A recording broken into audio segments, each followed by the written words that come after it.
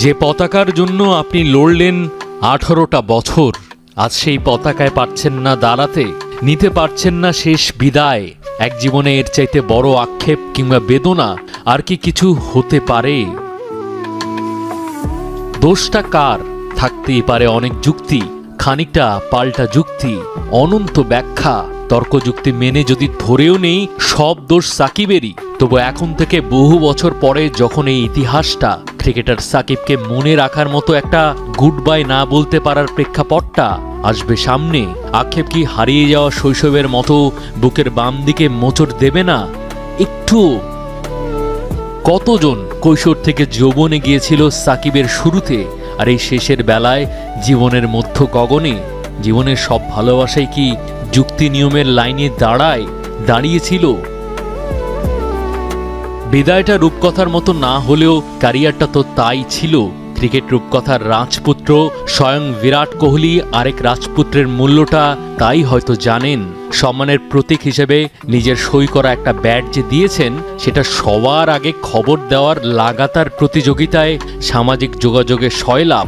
নিউজের বাইরে চোখটা বন্ধ করে ক্রিকেটার সাকিবকে মনে করলে ক্রাশ করে 18 বছরের স্মৃতিগুলো সিনেমার ট্রেলারের মতো।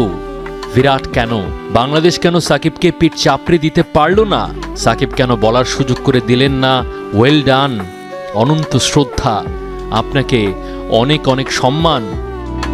গুণীর গুণ করতে পারে না, নাকি গুণী ধরে রাখতে পারে না তার গুণ? যুক্তি আর আবেগের দ্বন্দ্ব বাঙালি জীবনে কখনো কখনো ছেলেবেলার পিথাগোরাসের উপপাদ্যের মতো জটিল, কমপ্লিকেটেড। যে পতাকার জন্য আপনি লড়লেন 18টা বছর, আজ সেই পতাকায় পারছেন না দাঁড়াতে, নিতে পারছেন না শেষ বিদায়। এক জীবনে এর চাইতে বড় আক্ষেপ কিংবা বেদনা আর কি কিছু হতে পারে? দোষটা কার? থাকতেই পারে অনেক যুক্তি, খানিকটা পাল্টা যুক্তি, অনন্ত ব্যাখ্যা। তর্কযুক্তি মেনে যদি ধরেও নেই সব দোষ সাকিবেরই, তবু এখন থেকে বহু বছর পরে যখন এই ইতিহাসটা ক্রিকেটার সাকিবকে মনে রাখার মতো একটা গুড বাই না বলতে পারার প্রেক্ষাপটটা আসবে সামনে, আক্ষেপ কি হারিয়ে যাওয়া শৈশবের মতো বুকের বাম দিকে মোচড় দেবে না একটু? কতজন কৈশোর থেকে যৌবনে গিয়েছিল সাকিবের শুরুতে, আর এই শেষের বেলায় জীবনের মধ্য গগনে জীবনের সব ভালোবাসাই কি যুক্তি নিয়মের লাইনে দাঁড়িয়েছিল?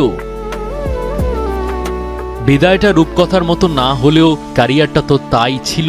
ক্রিকেট রূপকথার রাজপুত্র স্বয়ং বিরাট কোহলি আরেক রাজপুত্রের মূল্যটা তাই হয়তো জানেন।